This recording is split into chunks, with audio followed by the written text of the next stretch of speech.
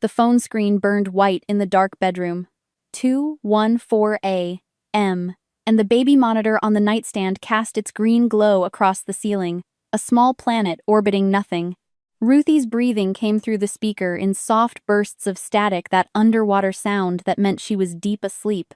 And I should have been too, except my lower back had been screaming since 4 that afternoon when she'd insisted on being carried, and only carried, and the rack did.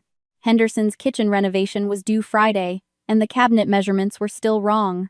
I was scrolling Instagram when the notification dropped. Cynthia Mercer added you to Mercer Fam Xmas. I tapped it. A group chat. Messages going back 3 weeks, all visible, stacked in that familiar cascade of green and gray bubbles. Cindy had created it on November 19th. 22 days of conversation I'd never been part of, never been meant to see. My thumb moved faster than my brain. I scrolled to the top. Cindy, November 19. Okay, so I'm thinking we do Christmas big this year. Like real big. I'll handle everything, you guys just need to chip in for food and decor. Budget $8,400. Mom, November 19. That sounds wonderful, sweetheart. But that's a lot of money. Cindy, November 19. Don't worry about it. I have a plan. I kept scrolling. The plan became clear across the next 40 messages. Cindy had told our parents that I was spending Christmas with Cole's family this year. Leah said she and Cole are doing their own thing she'd written on November 22nd. Mom's response: that's probably for the best. Less drama. Dad, a thumbs up emoji. My father's entire contribution to 3 weeks of planning his youngest daughter's exclusion was a single thumbs up emoji. But that wasn't the worst of it. The worst of it lived in the financial thread. Cindy, December 2. Mom, can you ask Leah for another $600? The caterer needs a deposit by Friday. Tell her it's for the gutter repair or whatever. Mom, December 2, I'll call her tomorrow. Cindy, December 2, perfect. She always sends it. She's easy. She's easy. 2 words, and the room tilted. My hands went cold, fingers stiff around the phone, and the baby monitor crackled with Ruthie shifting in her crib, and I lay there in the dark with those 2 words sitting on my chest like a stone. She's easy. Like I was a vending machine. Insert excuse, receive money. I scrolled further and found more. Cindy, November 28. I told Mom to say it was for Dad's prescription copay. Leah sent $400 in like 2 hours. Laugh my ass off. Lamau. My sister had been laughing at me in text messages for 3 weeks, and I'd been sending money with exclamation points and heart emojis, and the dissonance between those 2 realities was so enormous that for a full minute I forgot how to breathe. I scrolled back through 3 weeks of messages and took 47 screenshots. Every plan, every lie, every casual reference to the woman they expected to fund a celebration she wasn't invited to. Between screenshots, the details kept landing. Cindy, November 25. Should we get the catered appetizers or homemade? Mom, Leah makes those crostini things. Oh wait, she won't be there, lol. 3 laughing emojis from Cindy. My crostini. The ones I'd brought to every family gathering for 5 years. The ones with the whipped ricotta and the honey and the fresh thyme from my garden. The ones Cindy ate 6 of at Thanksgiving last year and said, you should open a restaurant. She said that while planning my exclusion. The group chat timestamp confirmed it. November 25th was the day before Thanksgiving. She'd complimented my food at the table on Thursday and laughed about my absence on Wednesday. Further down, Cindy had posted a screenshot of my Instagram story from December 3rd, a photo of Ruthie in her reindeer onesie. Cindy's caption underneath: at least we'll get out of buying the baby a gift this year. Mom had replied with a crying, laughing emoji. My daughter. My 14-month-old daughter, and they were relieved they wouldn't have to buy her a present.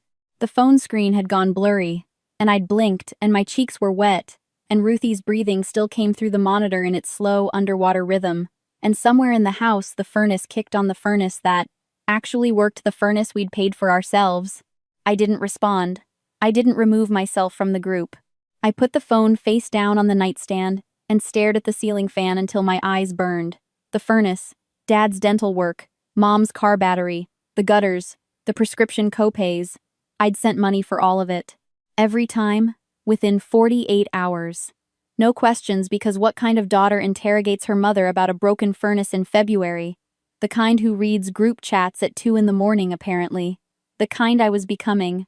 Cole found me at the kitchen table the next morning, still in yesterday's clothes. Ruthie in her high chair painting herself with applesauce. I slid the phone across to him without a word. He picked it up. Read. His jaw worked the way it did when he was chewing down something he wanted to spit out. The kitchen was bright with December sun, and the coffee maker gurgled and Ruthie babbled at a Cheerio she'd found, stuck to her elbow, and everything about the morning was ordinary, except the phone in my husband's hands, which contained the proof that my family had been running a beta, 2-year con on me, while I packed their Christmas stockings and signed their birthday cards, and told Cole we couldn't afford the lake cabin trip because we were tight this month. How much have you sent them? Total. I don't know yet. A lot. He set the phone down carefully like it was evidence, and went back to spooning applesauce into Ruthie's mouth. She grabbed the spoon and flung it. Neither of us laughed. Mom gave Cindy the china, I said. I don't know why I started there. Maybe because the inheritance was where the pattern began, or maybe because I needed to say it out loud, the inventory of everything my family had decided I didn't deserve. The crystal. The silver serving pieces. All of Grandma's good stuff. After Grandma died, Mom distributed everything and Cindy got the china set, the crystal wine glasses, the sterling flatware. I got the recipe binder because you're the one who actually cooks. Like that was the consolation prize. Like the recipes were less valuable because you couldn't display them in a cabinet. Where's the binder now, pantry shelf? Top. He looked at me. We'll add everything up tonight. Don't do anything yet. Cole. Don't let them know you're in that group chat. He wiped applesauce off Ruthie's cheek with his thumb and his voice was steady, the voice he used on job sites when a subcontractor was lying to his face and he already had the receipts. That's the only advantage you have right now. He was right. I hated that he was right, because what I wanted to do was call Cindy and say every word that had been stacking up behind my teeth for 29 years. But Cole saw angles I didn't.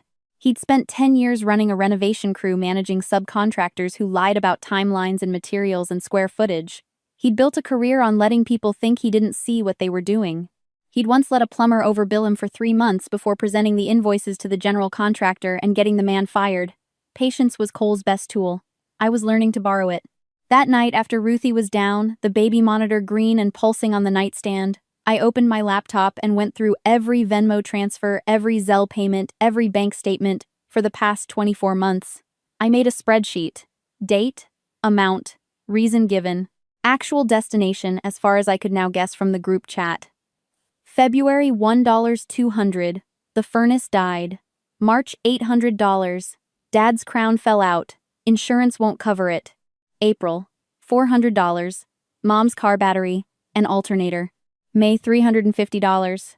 Cindy needs help with her car insurance just this once. June $1.500. Cindy's in a tight spot with rent just this once, don't tell her I told you. August $900. The water heater is leaking. September $650. Dad's blood pressure medication, the new one, the insurance doesn't cover yet. October $600. Property tax shortfall. November $400. Dad's prescription copay. And those were only the ones over $300. There were dozens of smaller ones. 100 here, 200 there. Mom's birthday dinner, Cindy's car registration, Dad's fishing license, and new reel because he's been so down lately, and I thought it would cheer him up. 24 months. 43 separate transfers. I scrolled through the spreadsheet one more time and the dates kept snagging on my memory like fabric catching on a nail. $1 500 inches June Cindy's rent. That was the month Cole and I had skipped our anniversary dinner because I'd told him we were tight. We'd ordered pizza and eaten it on the couch while Ruthie slept, and he'd said next year, and I'd said next year, and the money was already in Cindy's account. $900 in August, the water heater. That was the week I'd turned down the Franklin project, a $15,000 kitchen redesign for a client in Williamson County because I didn't have the cash flow to front the materials. I'd referred the job to a competitor and watched her post the finished kitchen on Instagram 3 months later. My design sends her portfolio. $650 in September, Dad's blood pressure medication. That was the same week Cindy posted a photo from a spa weekend in Gatlinburg, the kind of place that runs $400 a night, captioned, "Self-care isn't selfish." I'd liked the photo. I double-tapped it with the same thumb that had just approved a Zelle transfer, so her father could afford medication while she soaked in a mineral pool. $47,200. I said it out loud. The number sat in the dark room like a third person. Cole half under the comforter. How much? $47,200. He sat up. $47,000. 14 months of Ruthie's daycare. Or the down payment on the storefront I've been looking at for the firm. My voice stayed flat. The number was doing the work. $47,200 was more than 2 full years of the car payments on our Subaru. It was the kitchen renovation I'd been planning for our own house, the one I kept pushing back because we were tight. It was the expansion fund my design firm desperately needed, the one that would let me hire a third junior designer and stop working 60-hour weeks. Every hour I'd spent at the drafting table instead of with Ruthie every Saturday date night, Cole and I had skipped every time I'd told him maybe next month. Those sacrifices had a number now, and the number was Sushitime Yuan Lambai. My phone buzzed on the nightstand. Group chat. Cindy, 1147 p.m. Mom, can you ask Leah for another $600 for the catering deposit? Tell her it's for the gutter repair, lol. Lol. I showed Cole the screen. He read it, put his head back on the pillow, and stared at the ceiling. What are you going to do? He asked. I don't know yet, but I was starting to. The next day at my studio, I couldn't focus on the Hendersons' kitchen. I kept pulling up the spreadsheet on my second monitor, scrolling through 2 years of my own generosity, rendered in columns and rows. At 11, I called Cole on his job site. I could hear the nail gun popping in the background, someone's radio playing country music, the controlled chaos of a house being built. I've been thinking about what to do, I said. Talk to me. If I confront them, Cindy will cry. She'll do the thing where her voice goes high and shaky and she says, I can't believe you'd accuse me of something like that. Mom will say I'm being dramatic, that I'm making something out of nothing, that families help each other. Dad will leave the room. I'll end up apologizing for bringing it up, and by January, Cindy will be asking for money again. Nothing changes. Probably. If I just cut them off quietly, no explanation, Cindy will figure out another angle. She always does. She'll go through Cole's mom, or she'll show up at my studio, or she'll send Dad to do the asking because she knows I can't say no to him. And I'll spend Christmas sitting in our living room being angry while they scramble. What's door number 3? I looked out the studio window at the Nashville skyline. December gray, a crane moving slowly over a construction site on Broadway. My studio was on the second floor of a shared workspace in East Nashville. A shared workspace with exposed brick and a communal espresso machine, and other small businesses run by people who worked too much for too little. I loved it here. I'd built it from nothing, and every dollar I'd sent to my family was a dollar I hadn't invested in this. I want them to feel what I feel. Excluded. Looking in from the outside at something they can't have. Cole was quiet for a beat. Then your sister's spending your money on a party you're not invited to. That's not family, Leah. That's a subscription service. And you just canceled. I want to throw my own Christmas. A real one. Somewhere they'll see it and know exactly what they threw away. Then do it. I spent the next 2 days planning. Something in me had shifted the way a compass needle swings and then steadies, and the direction it pointed was forward. I designed the party the way I designed a client's living room mood board first, then floor plan, then execution timeline. Warm neutrals and evergreen. Candles, not string lights. Linen, not plastic. Food that meant something cooked by hands that cared. A guest list built on one criterion: people who showed up when it counted, not people who showed up when they needed a check. On December 14th, I took 3 actions before lunch. I called my bank and canceled the $600 monthly auto transfer I'd set up as a standing emergency fund for my parents. The bank representative asked if I wanted to redirect the funds. Yes, I said. Back to my business account. I blocked Cindy's number, though I kept the group chat open, read-only, my invisible window into their unraveling. And I opened a Pinterest board titled Christmas at the Villa and started populating it with images. Long tables, mismatched china, food served family style, the kind of Christmas that looked like someone's grandmother hosted it. That afternoon, I called my friend Keisha, who ran a catering company in East Nashville. She had availability Christmas week. When I told her the budget and the guest count, she whistled low and said, "Girl, you sure I told her the abbreviated version?" She said, "Say no more. I'll build you a menu, and I'm coming as a guest." I mentioned the number, $47,200, and heard her go quiet. "Leah, that's a down payment on a house." "I know. I did the math." Then I called Mom. She picked up on the second ring, her voice already in the middle of something, the TV on in the background, the sound of water running. "Leah, honey, I was actually going to call you. The gutters need—" "I can't help with that right now, Mom. I'm really stretched." Silence. 3 seconds. 4. 5. The longest I'd ever let a silence with my mother go unfilled. I could hear her breathing the slow inhale she used when she was recalculating. Oh, she said. Well, okay, I'll figure it out. Okay. Love you, Mom. Love you too, honey. I hung up, and my hands shook.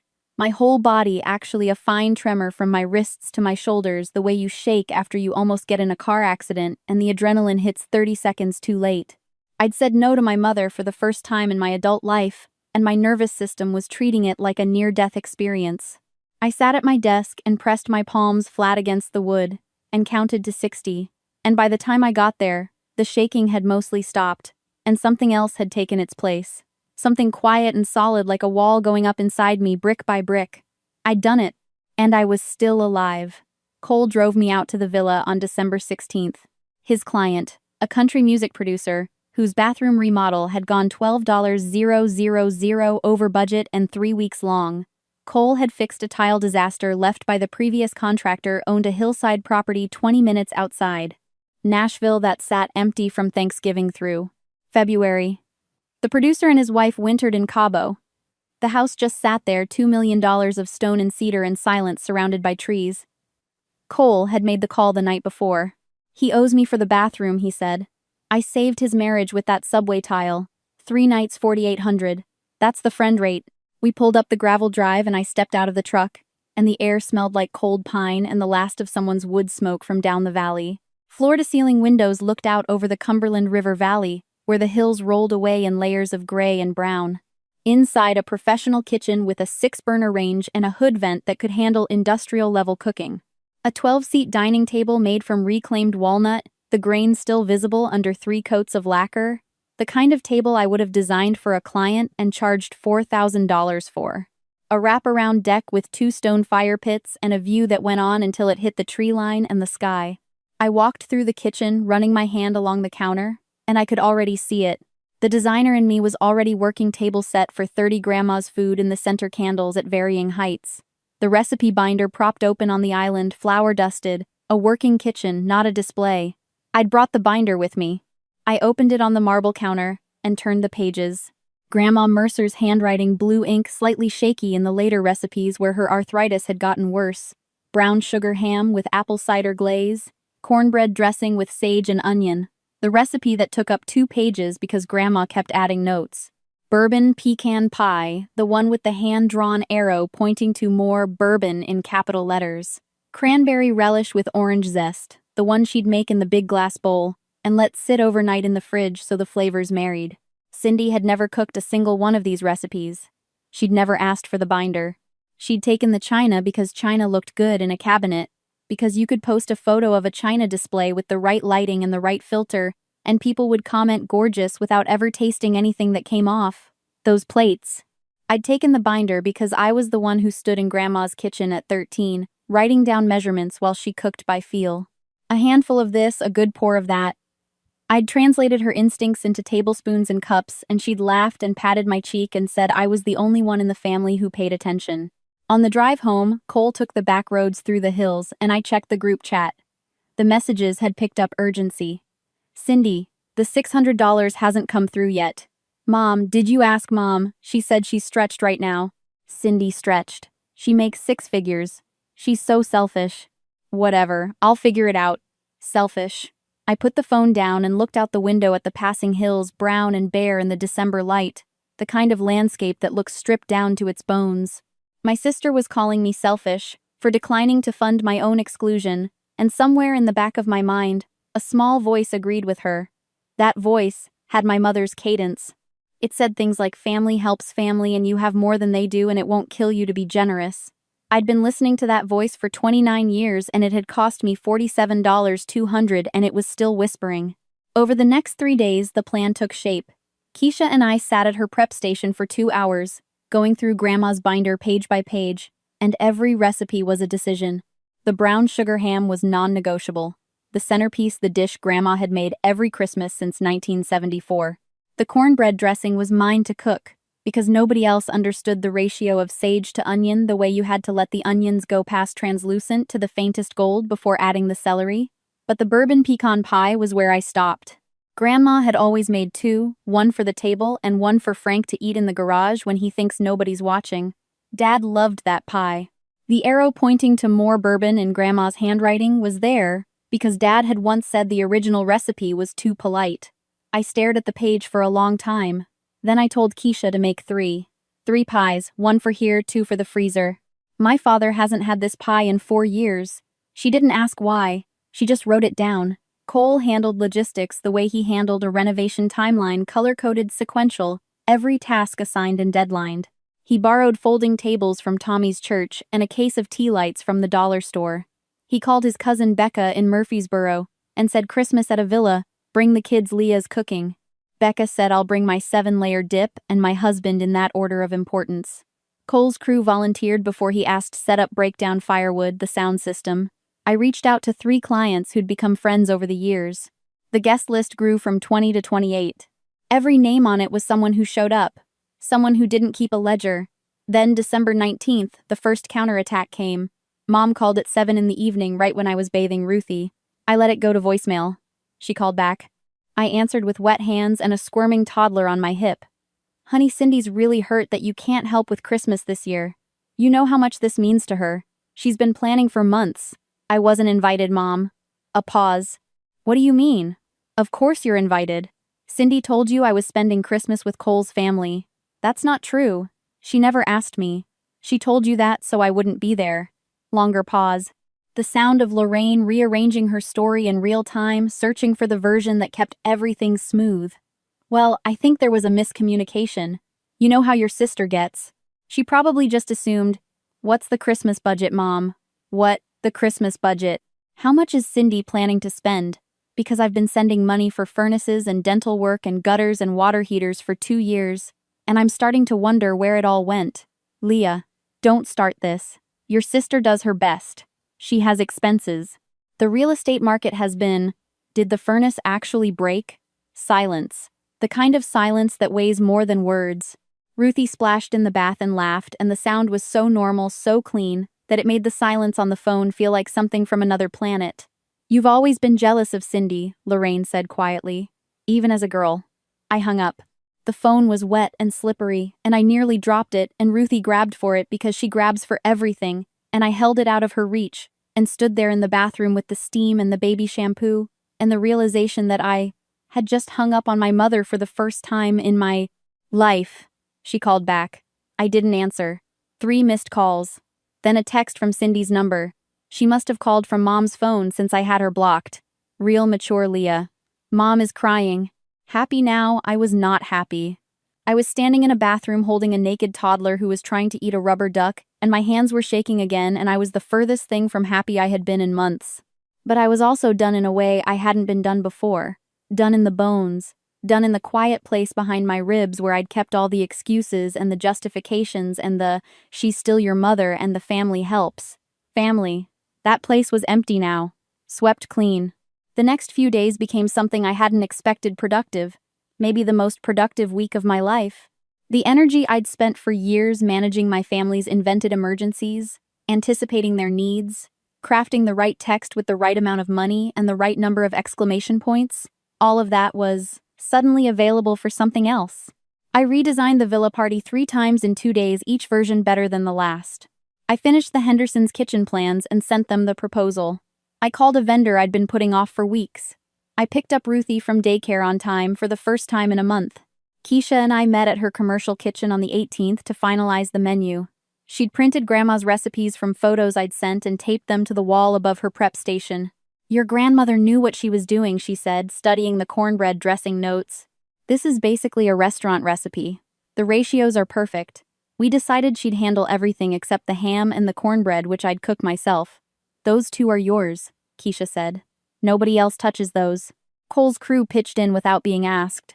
His foreman, a guy named Tommy, who stood about 5 to 5 and could carry a sheet of drywall up a flight of stairs one-handed, showed up at the villa on the 20th, with folding tables borrowed from his church and a case of tea, lights from the dollar store. Cole said something about Christmas, he said, shrugging. We got you. His wife Maria volunteered to handle the drink station. 2 of the other guys' wives offered to bring desserts. The party was building itself, fueled by the uncomplicated generosity of people who give because they want to, not because they're afraid of what happens if they don't. I designed centerpieces from cedar branches and white candles and glass jars. Arrangements that cost almost nothing but looked like they cost everything because that's what I do for a living, and this for the first time was a project where the client and the designer were the same person. Cole came in from the deck, where he'd been stacking firewood, and found me arranging cedar sprigs in mason jars on the dining table. 34 jars in a row, each one slightly different. You're sorting them by height, he said. They look better graduated. Tallest in the center, tapering out. He picked one up and turned it in his hand. These are the jars from the recycling bin. Pickle jars. Pasta sauce. The tall one was olives. I took it back and set it in its place. Every table I've ever designed for a client started with something expensive. Italian marble, hand-blown glass, custom ceramics from a studio in Germantown. This is the first table I've designed from things I already had. He leaned against the doorframe and watched me work. It's the best one. You're biased. Doesn't make me wrong. On the 21st, the midpoint of a week that felt like a month, I stood on the villa's deck and looked at the valley, and the tables set up in the great room, and the kitchen stocked with ingredients, and the guest list taped to a refrigerator with 31 names on it, and the feeling that washed over me was close to triumph. Cindy's Christmas was collapsing. Mine was taking shape. I was winning, but the feeling had a sour edge, like biting into something beautiful that's turned. I was standing in a $2 million house designing a party that was, at its core, a message to 3 people who wouldn't be there. Every centerpiece was a sentence. Every plate was a word. The entire event was a letter written in food and candles, and Instagram captions addressed to Cindy and Lorraine and Frank, and the letter said, "Look what you're missing." I pushed the feeling down. I had too much to do. That same night, the group chat showed the panic building. "Cindy, Mom, can you pull from the emergency savings, Frank?" "We don't have an emergency savings, Cynthia." "Cindy, what about the credit card, Lorraine?" "The Visa is almost maxed." "Cindy, then, what?" "Mom, we have nothing. We can't just not have Christmas." Frank typing for only the second time in the entire chat, "We don't have $8,400, Cynthia." I read that exchange sitting in my studio at midnight, the spreadsheet still open on my other monitor, and the satisfaction was thinner than it should have been. Bright from a distance, like watching a fire through glass, warmth visible, but not reaching my skin. 3 days before Christmas, Cindy found out about the villa. I should have expected it. Nashville is a big, small town, 2 million people connected by 6 degrees of barbecue and real estate. One of my clients, Sandra, had mentioned the villa to her hairdresser while getting a blowout on West End. The hairdresser mentioned it to her next client, a woman named Diane, who sold houses in the same brokerage as Cindy. Diane mentioned it to Cindy over coffee in the break room, probably innocently, probably just making conversation. "Your sister's throwing some kind of Christmas party at the Whitfield place on Old Hickory, right? I heard it's going to be gorgeous." I could picture Cindy's face receiving that information, the smile freezing, the eyes going hard and flat behind it, the coffee cup pausing halfway to her mouth. She called me from a number I didn't recognize, and I picked up thinking it was a vendor. "You're throwing a party." Her voice was pure disbelief, pitched high, the same register she used when she was 14, and I accidentally wore her shirt to school. "While your family has nothing for Christmas, who are you?" "The same person who paid for the last 2 years of your Christmases, Cindy." That's, Mom and Dad needed that money." Did the furnace break silence? "The kind that confirms everything without saying a word." "You are so petty," she said, and her voice went low and cold and controlled the voice underneath the performance, the one that lived behind the Instagram filters. "You're punishing Mom and Dad because you're jealous of me. You always have been." She hung up. Within an hour, the group chat detonated. "Cindy to Lorraine and Frank Leah is throwing a huge party at some mansion and deliberately leaving us out. She's using Grandma's recipes to humiliate us. She's posting it all on social media. She's trying to make us look bad." The escalation came in tiers, each one calculated. Tier 1 was guilt, Cindy texted from an unknown number. "Mom hasn't stopped crying. Dad is just sitting in his chair staring at the wall. This is what you wanted." Tier 2 was recruitment. She called Cole directly, something she'd never done in 3 years of marriage, and left a voicemail that started, "Sweet Cole honey, I just want to talk," and ended sharp, "Tell your wife her family is falling apart because of her ego." Cole played the voicemail for me without commentary, his face a blank wall, and deleted it. Tier 3 was public. Cindy posted an Instagram story, no context, just a black screen with white text that read, "When your own blood turns their back on you at Christmas," with a broken heart emoji. 14 people commented with hearts and hugs. 3 of them were on my guest list. I watched the comments roll in, and my stomach turned not from guilt, but from the craftsmanship of it, the efficiency. She'd weaponized sympathy in under 40 characters. Then Lorraine called. This time my mother didn't lead with honey. Her voice had an edge I'd only heard twice before, both times directed at cashiers who'd given her the wrong change. Your grandmother would be ashamed of you, Leah. Spending money on strangers instead of your own family. My hands, my stupid traitorous hands shaking again. Grandma was sacred. Grandma was the only person in the Mercer family who had ever made me feel chosen without a price tag attached, and my mother was using her name like a crowbar. Mom, she taught you better than this. She taught all of us better than this. She taught me to set a table for anyone who needed a seat, Mom. That's exactly what I'm doing. Lorraine hung up. My ear rang from the silence. I sat in my studio with the door closed and my hands pressed flat against the desk to stop the shaking. The Hendersons' kitchen plans were still on my screen. White oak cabinets, brass hardware, a life where kitchens were just rooms, not battlefields. That night, Ruthie woke at 2 with a fever. Low grade, probably teething, but her cheeks were flushed and she fussed in my arms, and I walked the nursery floor in the dark while Cole slept. The baby monitor sat on the dresser, its green eye watching. Grandma would be ashamed. My mother's words circled and I couldn't swat them away. Was she right? Grandma Mercer had loved the whole family. She loved Cindy even when Cindy was at her most theatrical. She loved Frank even though he never said anything worth hearing. She loved Lorraine even though Lorraine had never once stood up to anyone about anything. Grandma would have set a table for everyone. She wouldn't have drawn lines. She would have cooked twice as much food and added chairs, and said the more the merrier, and meant it because she'd grown up during a time when a big table was a moral achievement. Through the baby monitor I heard Cole's voice. He was in the kitchen on the phone, keeping his voice low, but the monitor picked it up tinny and delayed. Yeah, she needs a vegetarian option for at least 3 people. And the cornbread, she's making the cornbread herself, so just plan around that. His voice through the monitor and his voice through the wall arrived at slightly different times, the same words a half-beat apart. 2 versions of the same sentence. 2 versions. I stopped walking. Ruthie snuffled against my shoulder, her fever-hot cheek pressed to my collarbone. That was it. 2 versions of everything. What my family said to my face, and what they said in the group chat. What they told each other about me and what they told me about themselves. The furnace that never broke. The dental work that may or may not have happened. The water heater that was fine. My entire relationship with the Mercer family had been a conversation held in 2 rooms, and I'd only ever been allowed in 1. And now I was doing the same thing, building a beautiful Christmas to make them feel ugly, curating joy as a weapon, designing a perfect spread for Instagram, not for people. How was I different from Cindy, who designed a perfect Christmas for Instagram while her sister paid the bill? I sank into the rocking chair. Ruthie was calming her fever-warm body heavy against my chest.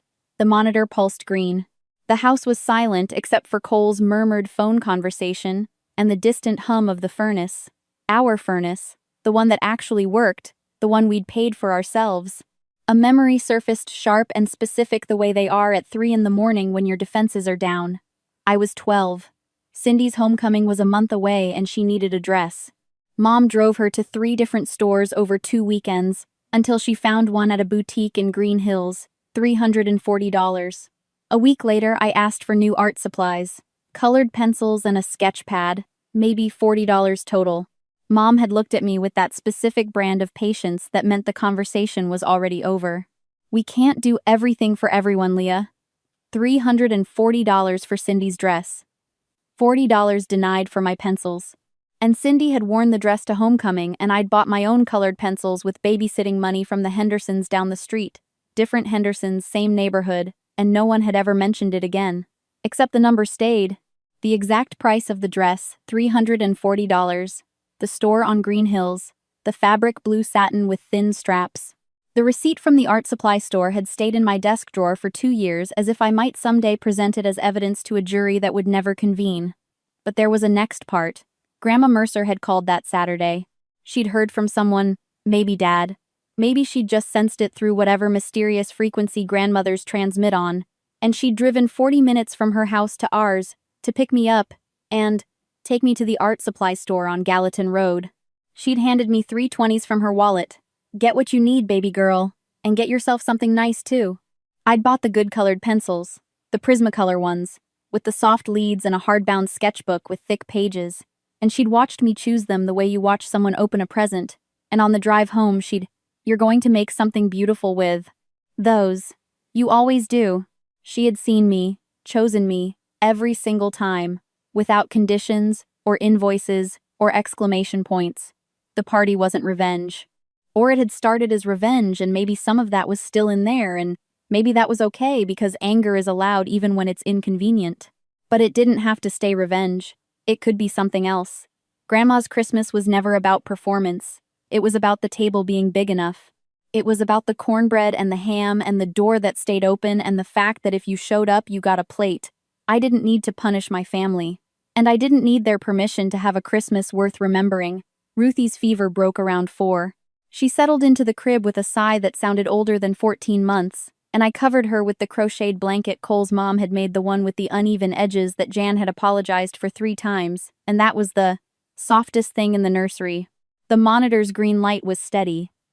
Christmas Eve morning, I drove out to the villa early and sat at the kitchen island with my laptop and the guest list.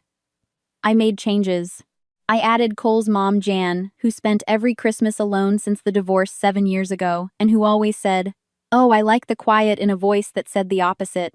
I added our neighbor Deb, a single mom whose 2 kids were at their father's place in Memphis this year, which meant Deb was spending December 25th in an empty house watching Hallmark movies. I added my 2 junior designers, Priya and Sam, neither of whom had family in Tennessee. Priya's parents were in Minnesota, Sam's were in Oregon, and neither could afford the flights. And I added a client, Wanda Griggs, 71 years old, whose husband had died in March, and who'd told me during our last design consultation, her voice casual and her hands shaking, that she was not particularly looking forward to the holidays this year. The list grew to 34. I opened the group chat one last time. Cindy's posts had taken on a frantic quality. "Mom, what are we going to do? Can Dad borrow from Uncle Pete? What about returning the decorations?" And then Frank speaking for only the 3rd time in the entire thread in the blunt language of a man who had spent 40 years managing inventory. "We don't have $8,400, Cynthia. We never did." I typed one message, 7 words. "Merry Christmas. I hope you enjoy the holiday." No edge, no explanation. No bait. I sent it and closed the app. Cindy responded within 90 seconds, a paragraph of fury I didn't read. Lorraine sent a sad face emoji. Frank didn't respond. I closed my laptop and started prepping the brine for the ham. Christmas morning at the villa, I was in the kitchen by 6:30. The ham went in first, the brown sugar and apple cider glaze painted on with a brush Grandma had used for 30 years, the bristles stiff and golden with decades of caramelized sugar. The cornbread dressing came next, sage and onion and celery sautéed in butter, until the kitchen smelled like every December of my childhood that had been good, and there had been good ones. That was the thing nobody tells you about. Complicated families, there are good memories laced through the bad. Ones like gold thread in a torn fabric, and the gold makes the tearing worse. 20 minutes south, according to the group chat's last flurry of messages from the night before Cindy's Christmas plans had cratered completely. The caterer she'd tried to book last minute had required a deposit she couldn't cover. The decorations she'd bought on credit were still in bags in the garage because nobody was coming to see them. Uncle Pete had said no to the loan. The $8,400 Christmas had shrunk to whatever was already in the pantry, and based on Cindy's lifestyle, the pantry was probably a box of crackers and a bottle of Prosecco left over from a showing. I had no way to know exactly what their morning looked like, but the silence in the group chat since midnight told its own story. No Merry Christmas messages, no photos of a tree, no thumbs-up emoji from Dad. Just nothing, the digital equivalent of an empty table. I turned the ham in the oven and basted it again, and the glaze bubbled and hissed, and the kitchen windows fogged from the heat, and through the steam I could see the valley below frost still on the fields, the kind of morning that looks like it was designed to be seen from this exact window. Keisha arrived at 10 with her team. 3 women, efficient, silent, in the way of professionals who don't need to talk to work. They transformed the villa's dining room. Long tables draped in cream linen, mismatched plates I'd collected from 3 different thrift stores on Nolansville Pike. Mason jars with cedar sprigs and tea lights. The recipe binder, propped open on the kitchen island, where anyone could see. People started arriving at noon.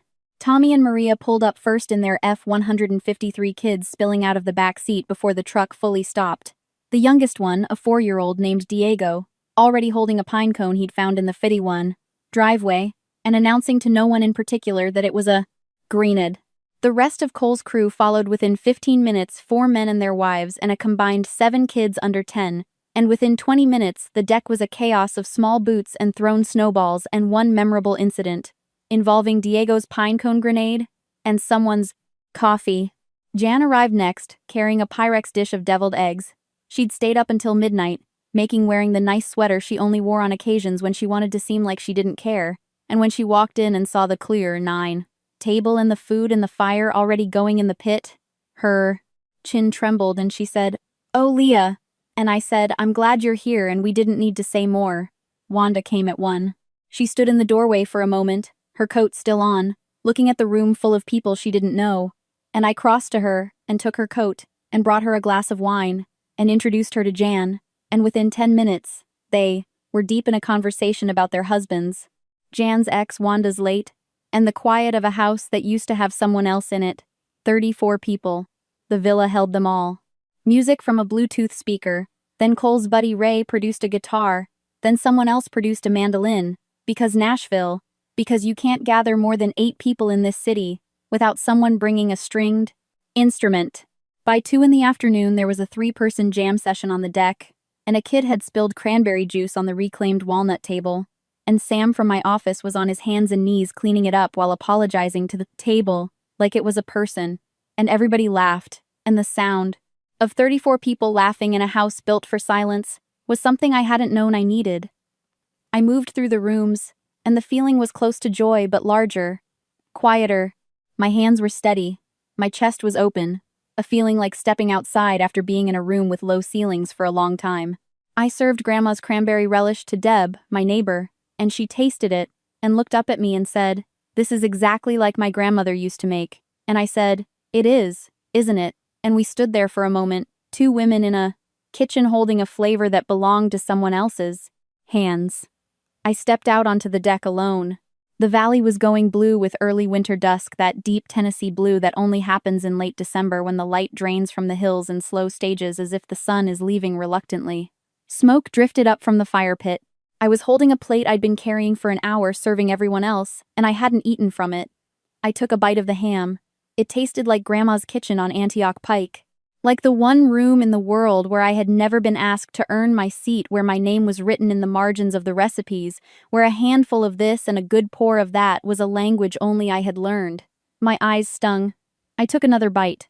Inside, the guitar shifted to something old and slow, a hymn my grandmother used to hum while she washed dishes, and someone was singing along off-key and earnest and completely unself-conscious. And from the living room came Ruthie's laugh, that full-body, full-volume toddler laugh.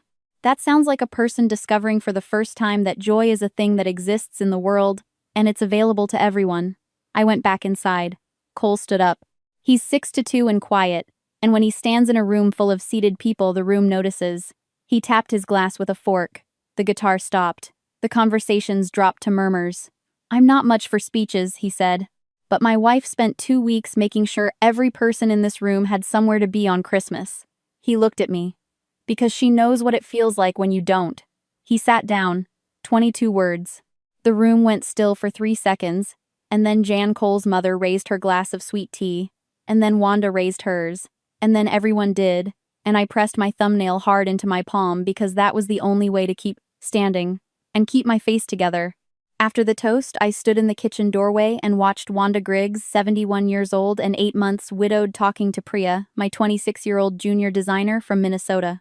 They had absolutely nothing in common except that both of them were spending Christmas far from the people they'd expected to be with, and they were laughing about something, and Wanda had her hand on Priya's arm, the way grandmothers touch people they've just adopted. This was what Grandma would have done. She would have opened the door and let the room fill with whoever needed filling. She wouldn't have kept a guest list or a budget or an Instagram strategy. She would have made more cornbread and pulled up another chair and said, "There's always room." And she would have invited Cindy and Lorraine and Frank. That truth sat in me like a stone, and I let it sit. Grandma was better than me. Maybe that was okay. Maybe being a little worse than your grandmother in the specific way of refusing to set yourself on fire to keep other people warm was a form of growth she would have understood even if she wouldn't have chosen it. After the moment had passed and the conversations resumed and the guitar started up again, I took one photo. The table. Grandma's food in the center, The ham glazed and glistening, the cornbread in the cast-iron skillet, the pecan pie cooling by the window, with one slice already cut.